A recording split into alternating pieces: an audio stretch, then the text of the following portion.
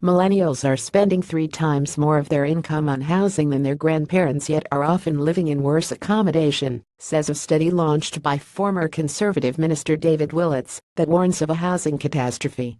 The generation currently aged 18-36 are typically spending over a third of their post-tax income on rent, or about 12% on mortgages, compared with 5% of income spent by their grandparents in the 1960s and 1970s. Despite spending more, young people today are more likely to live in overcrowded and smaller spaces and face longer journeys to work, commuting for the equivalent of 3 days a year more than their parents.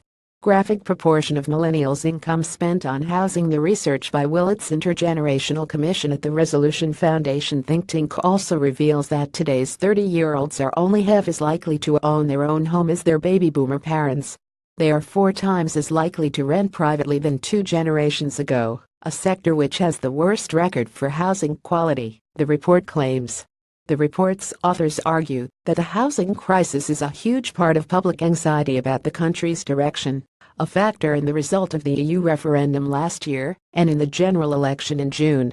A young family today has to save for 19 years on average to afford a typical deposit, compared with 3 years for the previous generation, the report states.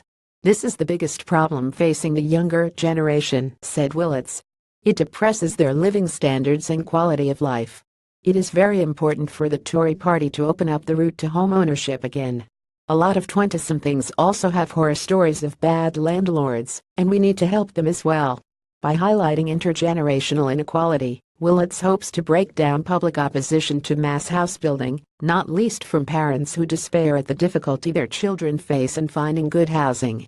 He is arguing for a new towns program in which the government buys land that does not have planning consent to create large new communities of homes for sale. Graphic proportion of UK families owning their own home. The report came as the Communities Secretary, Sajid Javid, also announced a wholesale review of social housing policy in the wake of the fatal fire at Grenfell Tower, a 24-story block in North Kensington which combined council housing and a small number of private rented homes. Speaking to the National Housing Federation conference in Birmingham, Javid said in one of the richest, most privileged corners of the UK, the world, even, would a fire like this have happened in a privately owned block of luxury flats? If you believe that the answer is no, even if you think it was simply less likely, then it's clear that we need a fundamental rethink of social housing in this country. He said a social housing green paper would propose reforms to the overall quality of social homes, the rights of tenants, and will address what can be done to ensure their complaints are taken seriously and dealt with properly. Graphic millennials 4 times more likely to be privately renting. Grenfell residents claim they raised concerns about fire safety at the block on several occasions but were not heeded. The Resolution Foundation report found that almost a third of 25 to 34-year-olds living in private, rented flats live in properties which fail the decent home standard. Responding to the Resolution Foundation report, Dan Wilson-Craw, director of campaign group Generation Rent, said young adults have been hit with a double whammy of rising house prices which make ownership unaffordable, and rising rents which they cannot escape. The chorus of demands on the government to act decisively is getting louder, but it's important not to neglect the growing numbers of older renters.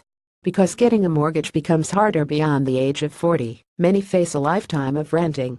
Millions of people, young and old, are stuck renting for the foreseeable future, and they need much greater security than the market currently provides, with protection from eviction and rising rents.